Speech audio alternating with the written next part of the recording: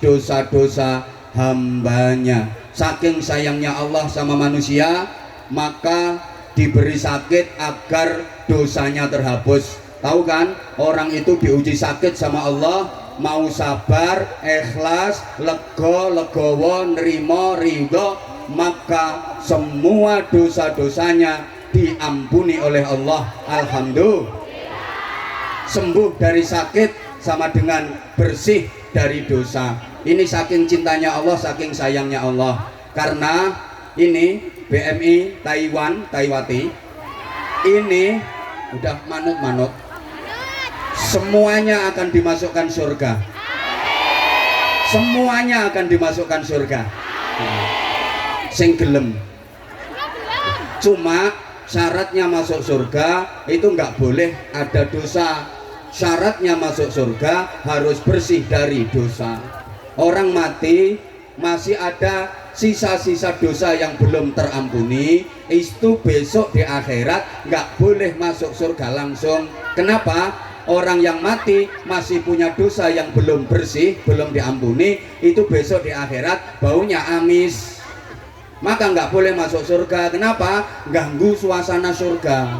Surga itu surga itu harum.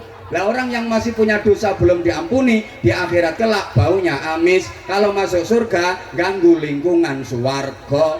Maka supaya bisa masuk surga, amisnya harus dihilangkan dulu. Caranya dibakar. Kalau nggak dibakar, amisnya nggak bisa hilang.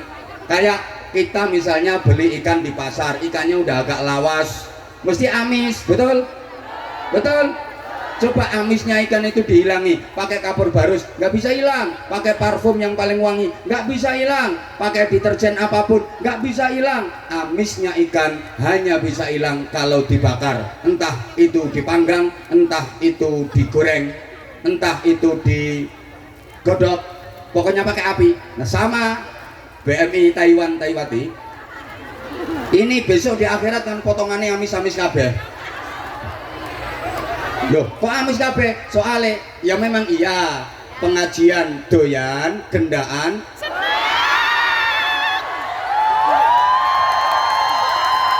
solawatan oke, rasan-rasan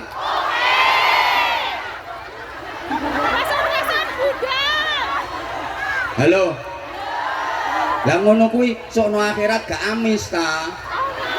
Amis. Lah kalau amis nggak boleh masuk surga. Supaya masuk surga amisnya harus dihilangkan. Caranya dibakar, digoreng. Lah wajane arane neraka.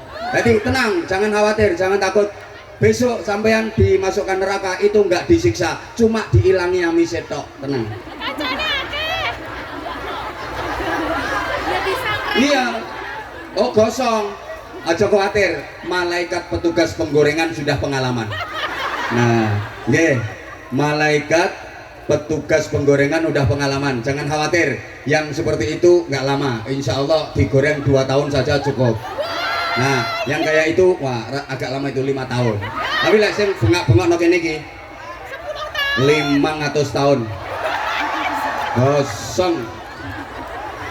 Tenang. Allahumma sholli ala Muhammad. Allahumma sholli ala Muhammad.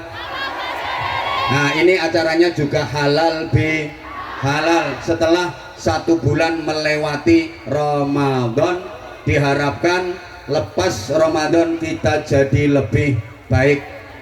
Ramadan itu juga sarana Allah untuk membersihkan dosa-dosa kita. Alhamdulillah. Man shoma Ramadana wa fi riwayatin man qama Ramadana imanan wahtisaban ghufira lahu ma taqaddama min dzambih. Siapa yang berpuasa di bulan Ramadan atau siapa yang jumenengi bulan Ramadan, artinya mampu mau melakukan puasa dan ibadah penyertanya di bulan Ramadan, imanan wahtisaban, dengan didasari iman dan semata-mata berharap pahala serta ridha Allah, maka ghufira lahu ma taqaddama min dzambih, diampuni baginya dosa-dosa yang telah lewat. Berarti Ramadan itu sarana pembersih dosa. Asal Ramadan kita jalani dengan baik, lepas Ramadan insya Allah yang hadir di sini semuanya udah bersih dari dosa. Saya sering gambarkan sebelum Ramadan itu ular, halo, memasuki Ramadan berproses jadi kepompong, bahasa Inggrisnya the ngentung, keluar Ramadan jadi kupu-kupu tanpa malam. Kupu-kupu tanpa, halo.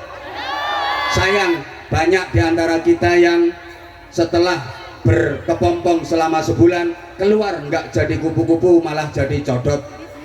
Ini codotnya yang jerabing no sampingnya panggung kanan dan kiri. Para codot-codot sekalian, halo, ya nanti sarungnya nanti ini loh wis tak siap nih nang kene. Tenang, yang mau sarung angkat tangan. Sayang, sarungnya saya pakai dan saya nggak pakai rangkepan. Allahumma sholli ala Muhammad. Coba perhatikan, sebelum Ramadan itu ular, jangankan dari dekat, dari jauh aja menakutkan. Gilani nggak teli, ular itu hama, wereng, penyakit, manggon nondi ae ular itu ngerusak, betul? Manggon neng godongnya rencen mercem bolong, manggon neng tandurannya garing mati, manggon di buahnya bosok, manggon neng untune arek iku krowok. Itu ular. Maka kalau ada acara kayak gini yang suka bikin resek, suka bikin rusuh, suka ganggu, berarti langsung meneng ulernya. Ya ini gambaran kita, banyak kesalahan, banyak dosa sebelum Ramadan. Memasuki Ramadan, ngentung itu puasa, maka entung ndak makan, ndak minum, ndak rabenan. Adakah entung yang rabenan? Ada. Entung sarungan. Halo. Begitu selesai berproses, dia berubah jadi kupu-kupu. Warnanya berubah makin indah, wajahnya berubah makin cantik, perilakunya berubah makin baik. Kalau waktu masih jadi ular, makan sembarangan, nggak peduli hukum, nggak peduli punya siapa. Begitu udah jadi kupu-kupu, dia hanya mau yang halalan thayyiban mubarakah, hanya mau sari-sari bunga saja. Itu kupu-kupu tanpa. Atau boleh digambarkan, sebelum Ramadan itu gabah masih ada kulitnya, belum bisa dimakan manusia, masih campur sampah larangan, dan harganya masih murah, betul? Kemudian memasuki Ramadan, diproses dalam penggilingan, diseleb, gradak, maka Ramadan itu sakit, ya haus, ya lapar, malam masih disuruh sholat sunnah 20 rakaat tarawih, tambah witir 3 rakaat, apalagi nek buka kewareken digawe sujud iso gumoh-gumoh, malamnya masih suruh baca Al-Quran, tak terus masih itikaf, masih zikir. Emang digiling, diproses dalam penggilingan. Tapi kalau manut keluar nggak berbentuk gabah lagi, tapi berubah jadi sing banter, berubah jadi warnanya makin bersih, makin putih, harganya makin mahal. Maka kita juga begitu, setelah diproses, digiling 1 bulan Ramadan, lepas Ramadan kita harus berubah jadi kok beras, ya berubah jadi lebih baik. Allahumma sholli ala Muhammad. Waktu masih gabah harganya murah, betul? Begitu jadi beras harganya jadi mahal. Nah, Ramadan ini proses agar kita makin mahal, agar derajat kita makin tinggi, agar nilai kita makin mulia, agar hidup kita benar-benar sukses. Jamaah sekalian, hidup ini makin hari harus makin berarti, makin lama harus makin bermakna, makin tua harus makin mulia. Namanya hidup barokah. Sama-sama yang nggak ikut muni barokah, awas gak oleh barokah. Makin lama harus makin, sekali lagi, hidup kita makin lama harus makin, ibarat sesuatu itu makin lama harus makin mahal. Tanah, pekarangan, sawah itu harganya makin lama makin, yang kenceng pakaian apapun, mau jilbab, mau baju, mau celana, harganya makin lama makin. Alat-alat elektronik itu harganya makin lama makin, bumbu-bumbu dapur aja harganya makin lama makin. Nah, saya ceramah juga gitu. Loh enggak, maksudnya saya ceramah ya seperti itu. Maksud sorry ya, pikiran koyo ngono kuwi gak bahaya ta. Saya ceramah di mana-mana bener, nggak pernah mikir duit, nggak pernah mikir bayaran karena udah dipikirin panitia. Jadi saya udah sering sampaikan kan, ceramah dimanapun niatnya golek duit, do luwih dosa maneh ngundang kiai kon ceramah gak dikai. Ndak. Bukankah hidup yang paling nikmat, yang paling membanggakan adalah hidup yang barokah? Betul? Semangat dong. Pengen hidupnya barokah apa enggak? Yang ikut jawab barokah pasti hidupnya barokah. Kita udah bersolawat, kita udah dicintai Nabi, sekarang ngaji sebentar lagi, solawatan lagi. Dan ini ada permohonan izin dari Departemen Pengemisan akan menggalang dana infak untuk pengajian akbar, nggih? Mangke sebentar dijawab dulu. Hidup yang paling nikmat bahagia adalah hidup yang kurang kenceng. Jabatan yang paling mulia adalah jabatan yang, pekerjaan yang paling mulia, paling baik, paling terhormat adalah pekerjaan yang, keluarga yang paling bahagia adalah keluarga yang, duit yang paling bagus membawa kebahagiaan adalah duit yang, nah duit yang barokah itu nggak harus banyak jumlahnya, nggak harus banyak nominalnya, tapi banyak nilai kemanfaatannya, banyak kebaikannya. Sorry ya, walaupun punya duit sedikit tapi manfaatnya gede, kebaikan yang ditimbulkan gede, itu namanya barokah. Walaupun punya duit banyak tapi nggak bikin kebaikan, gara-gara punya duit banyak, maaf, anaknya yang laki-laki kena narkoba, anaknya yang perempuan hamil di luar nikah karena imbas pemilu perkawinan hamil dahulu. Bojone sing wedok gondoli lanangan, sing lanang ra tau mulih.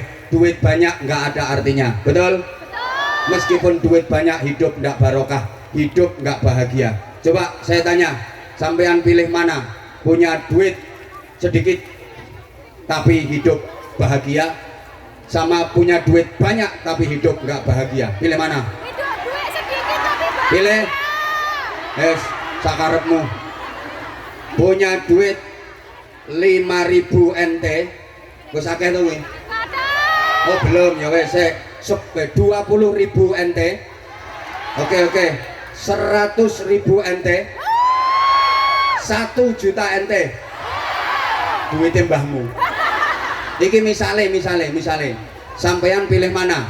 Punya duit banyak 5 juta NT tapi hidupmu ndak bahagia, terus sama punya duit cuma 100 juta NT hidupmu bahagia, pilih mana? Ya wes, waras kabeh berarti. Lho iya, embor ati rungokne kok. Lanjut ndak? Intinya itu. Maka jemaah sekalian, Ramadan harus menyisakan catatan. Ini ngaji halal bihalalnya, habis itu nanti ada Departemen Pengemisan keliling, terus ngaji lagi sebentar, lanjut sholawatan. Oke?